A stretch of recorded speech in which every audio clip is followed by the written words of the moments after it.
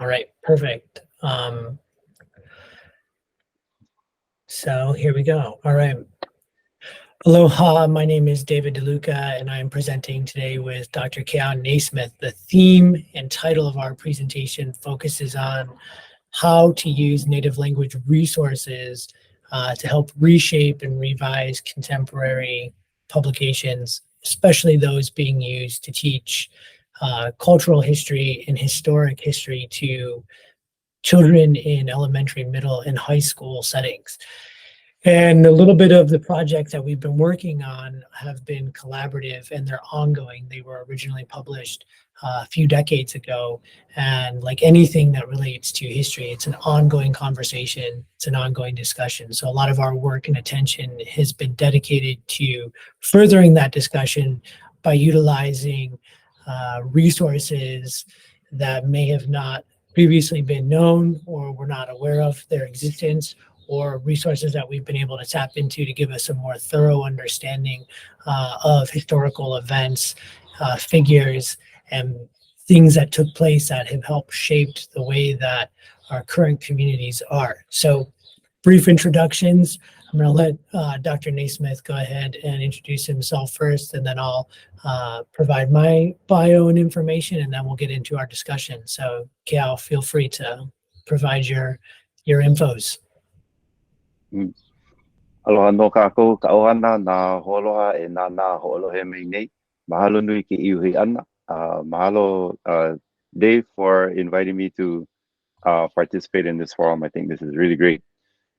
These topics are topics that really get me excited. It really is a big passion of mine to be able to present the Hawaiian point of view from the past couple of centuries to a modern day audience. So this is particularly exciting for me. I'm from Kekaha, Hawai'i, born and raised, and I was educated here in the public school system, and then later in private school, high school, and went on to get a PhD in applied linguistics, with an emphasis in language teaching theory and practice. But a huge passion of mine is delving into research and history and culture research, particularly Hawaiian, but also across the Pacific, particularly Polynesian cultures and history and so forth. Great, thanks, Keao.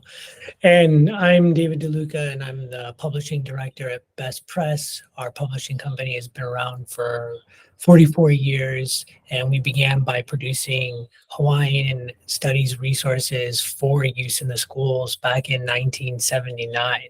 And a major part of our work is really influenced by the collaboration and direction of folks like Keao and others who have not only the integrated communal experience and practice of historic study, but also the applied nature of scholarship and study. And so brief history on me, my background is in educational documentary filmmaking prior to being in publishing, and many of the processes and the research components and goes into making film is the same thing that we do with producing books.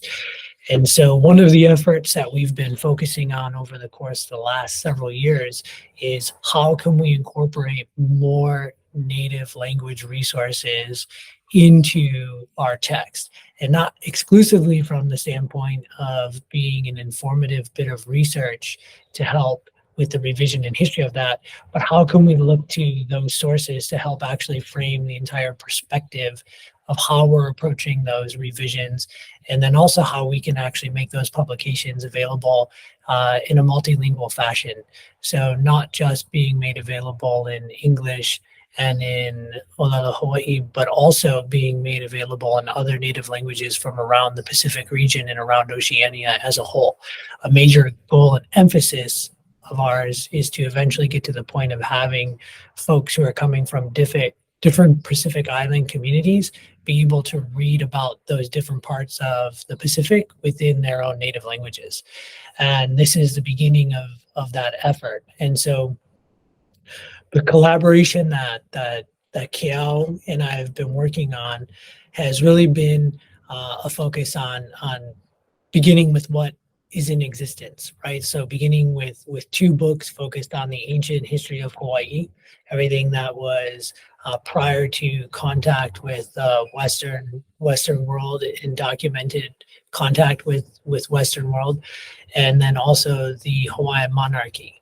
And in discussion of how to revisit these texts, we wanted to take a more of a tangential and topical view, right? So Keao and I having some discussions was focused on the idea of presenting concepts are taking place within a particular region, in this case Hawaii, and then what's going on in other parts of the world, other parts of the Pacific that are influencing that in similarities that we're seeing.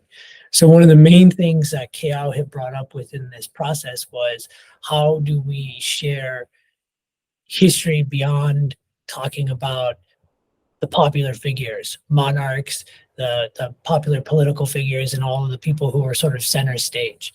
And one of the things that Keao is so definitely been able to bring to the table is digging into the layers of material that provide a greater window into the realities of existence and what was happening with other people, the common people, the common populace during these times. And Keao, you want to speak to that? Yeah, I'm interested in how society today became the way we are. Why modern? How did modern local culture become what it is? And that didn't necessarily come because of only the major players, just the ali'i, just the rich oligarchy, the large landowners, the business owners. They did not necessarily define us, the average people, the common people. And so, although that may play into a lot of what has traditionally, by that I mean over the past, say, century, maybe into the 1800s, this notion that history is defined by the major players only. I'm more interested in the everyday people, because that would be me, and that would be my family, that would be my neighbors, that would be us as a local people who formulate this local culture that we know and love today. And so, in addition to the major players of history, what were the average people doing? What formulated their notion of togetherness, of commonality as a local people? And that includes narratives from various viewpoints, including the native voice, Aboriginal voice, who have been here for centuries, and also the immigrant voices, because as we know, they are all thrown into the mix together. And so what formulates the nature of our local economy? What is the basis of our local economy over the past several decades? And how can that project into the future? How can that help us understand what to expect in the future in of our local culture, local economy, and even local political ideas? Yeah, that's a great point, because in our discussions about how to revisit the editing of these textbooks to provide a more contemporary viewpoint is identifying the barometer, right? So the even keel line is really those key figures, events, and places where things took place that have shaped Hawaii as we know it today, right? And we have identified the fact that by showing that level barometer, which is the retelling of that chronological history, and using that as our baseline, we can go up and below to hit on these different levels of what's happening with societal history and more of a sociological influence on what's taking place, because that is the connection point that we've been able to look at most directly as being the connection between the past to the present that can help inform the future. Most recently, we obviously have the events that took place in Lahaina, and we know that there's many compounding things that took evidence over the last century and a half that have led up to a lot of scenarios that we see happening all over the place, right? And so being able to revisit that and those topical events that took place that helped shape and influence over the course of time, it's easy for us to put in the key dates, the key figures, the key players, but really what was happening on the periphery above and below those happenings in order to influence the history as we know it today. Do you think you could share maybe a few of the items that you've looked at as far as native language resources that have helped kind of provide a broader window into the past and how some of these events had sort of influenced the time period, if you will? Yeah, absolutely. Well, the various languages around the world. Language for a native speaking population is your lens to the world. And the language of the Hawaiian voice is not the language of the English voice. And so immediately, if you delve into research over a long period of time in the Hawaiian language voice from the 1800s coming into up to the 21st century, from a native speaker lens, you see what is so striking is the difference of perception of what is history, what is culture versus through the English voice. So definitely through the 1900s, there was a strong push, especially at the beginning of the 1900s, the year 1900, the beginning of the territory era, which was imposed by the US unilaterally upon the people and the territory of the Hawaiian Kingdom. There is a striking difference in the way history is presented. It's definitely pro-American, with the impression that what is here and what is US, what is American, is the proper order of society. Whereas from the lens of the Hawaiian language voice, coming through the 1800s, we are the native people are the product of Halua and Papainua Keao. Our ali'i are the people, the heroes that we look to for guidance and for administration. And our local culture is our anchor to this universe. And so what is presented as the major historical points, the Hawaiian language newspapers of the 1800s would often publish a chronology of major historical events that are significant to our people. And if you look at various lists of chronological events through English language materials published in Hawaii or about Hawaii through the 1900s and to today, you see that those events that are considered significant or important are quite a bit different. There is some parallel, and that's interesting to compare as a cross analysis. But you also see that the emphasis is much more pro-American coming into the 1900s, whereas previous to that, there was hardly a mention of a pro-American voice. It was contextualized within the realm of every other country that is international or foreign to the Hawaiian Kingdom experience. And so that's a key significant difference of lens and perspective that I derive throughout the research. Yeah, and I think that's a really great sort of summary of the editorial objective that we've taken on trying to revisit text, right? Because this is very different than creating a series of early readers or language resources for individuals to learn a new language, right? To learn ʻōlelo Hawaii, for example, or another language, whether it be Samoan or Tahitian or something else. And so I think what you've identified really well here is our emphasis to revisit perspective through that bloodline and that cultural identity of voice, of language, right? And the interpretation, because inherently, as we know, us, meaning as we know, and folks who are a part of this, librarians and various teachers and scholars, the perception and the approach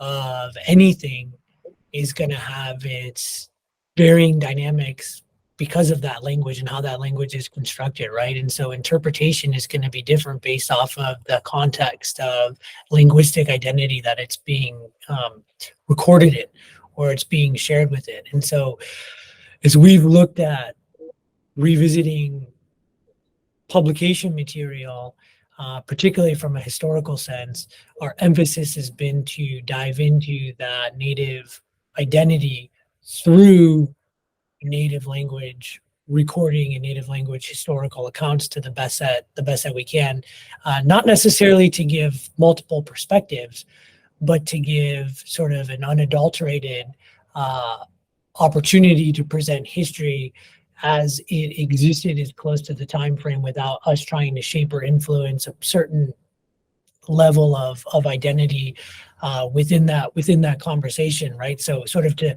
present information as it was and make the connection points simply between that time period and today, and how that might have some sort of an influence or cast onto the future.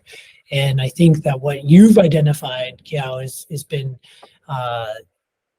there's such a wealth of these Native language resources that exist, and we're always talking about the antiquated newspapers and some of those texts, but you've been able to find and bring to your research things that existed in university libraries on the continent and in other places in private collections that, unless there's a connection or a window of awareness, you have no idea that these resources actually exist. And those might not be centralized accounts of XYZ event, but they're great commentaries on things that were happening at the time. And that's something that can be used as great influence onto getting a greater understanding of what was happening in a given place, right? I mean, don't you think that that's a huge influence on understanding? Yeah, absolutely. What you're getting at is discourse. So areas of discourse, so topical areas. So how does one, and in my case, what I'm so interested in is how does one talk about economics in Hawaiian? What is the voice of the Hawaiian language relative to economics? What is the voice, how does the Hawaiian language express ideas, debates about politics? How do we talk about, what are the words? How do we express, what are the expressions that really describe accurately and colorfully these various areas of discourse? So society, things that get us excited and joyful, things that get us involved in controversy, and things that get us involved in local politics, as well as the major, larger scheme politics, political scene. So we know how to talk about such things in English. It is not the same experience in Hawaiian. The points of view are very different, and the way to talk about them is also very different. And so language is a driving factor to the way society moves in directions. We see this as well in places like Tahiti, where you have the French voice versus the local native Tahitian voice. And when people engage these various areas of discourse in either language, you get a very clear sense how the conversation shifts or the direction conversation takes. And that is certainly true here in Hawaii. If we were to have this conversation just in Hawaiian, it would direct this conversation in a particular way versus how we talk about it in English. And so that's a key value to providing these materials in both the voice of English and the voice of Hawaiian. Yeah, and so you're bringing up the word discourse, right? And that's an area of study, especially in higher academic settings. And so our emphasis as we're compiling the revision of these textbooks is really documenting those different resources within those areas, right? And being able to not know that we can't present all of that in one singular place for a 7th grade reader, particularly if they have a limited time capacity for learning about the history of the monarchy. So the emphasis that we've been working on is being able to collect that material and have it be available for folks that might have an interest in a particular area, and allow them the opportunity to deep dive further into that collection or that set of resource materials. And so the emphasis that we've been taking is, how can we create different bits of this material and make it available so that students and teachers and eventually the general public can have access to it in different formats. And so we have our version of the book, the items that we want to put in there that's being influenced by all of the material we're bringing from various discourse that's been produced over time. And then we're recording that discourse material so that it can be available for students, teachers, and the general public online, in an online capacity. And then we're really trying to find the opportunity here to allow folks to use their, digital devices to be able to resource the book and find some of that, initial entry point material as it's documented in the book, to be able to take their device online and be able to deep dive into a greater set of resources, and not just from a visual standpoint, but also eventually to get to the point where they can hear it in an audio capacity, initially both in English and in ʻōlelo Hawai'i, but also the opportunity to take people to physical places where any of this material might actually exist, right? So we're sort of aggregating it all together in one place. So if something is sitting, ironically, in a University of Michigan archival library collection, and it's available digitally, we would like to have the opportunity for folks to be able to take it, to be able to take them there and allow them the opportunity to read that material. And so as we're moving forward, our emphasis on the revision of the publications is really to begin with the print and have that mirrored in digital form, but with the extended database and extended collection of resources that can be accessed digitally, and then provide a bridge through mobile devices where folks can initiate, just like a QR code, access to that content online through the printed material, whether it's an image or it's a set of text and words. And so really, this is an ongoing project. This isn't just sort of like a moment in time where we're just revising a textbook and then making it available and that's it. It's really a constant curation of resource materials that can routinely help grow as the discussion and the dynamics of current events takes place, because they all have this rooted connection point into the past. And our emphasis is to make that material as reflective as possible of the community at large, right? So the identity of native language being incorporated into that, the identity of various levels of class, of economics, of community being represented within those materials is a huge emphasis of this particular project and moving forward.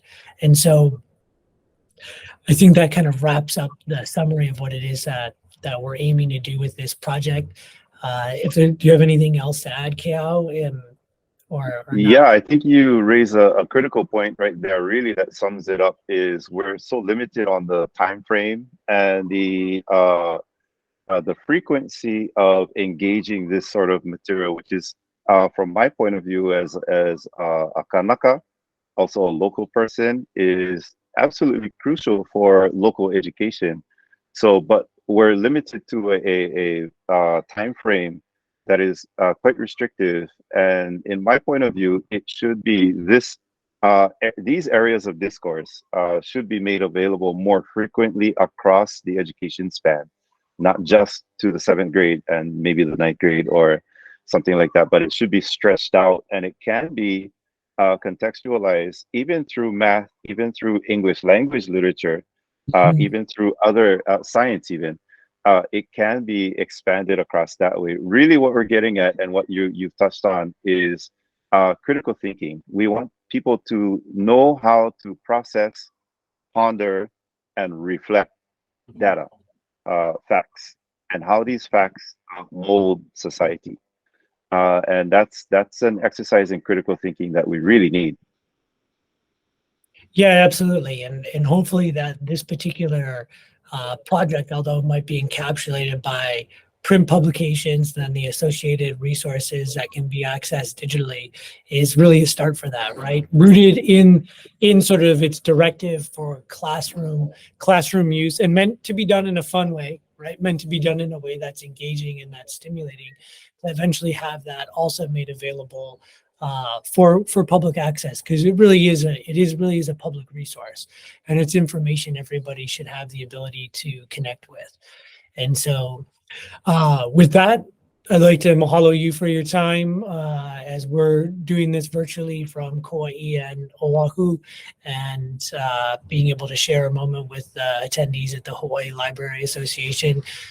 Thank you for watching this presentation, and we'll look forward to talking story at a future date. Aloha. Makako.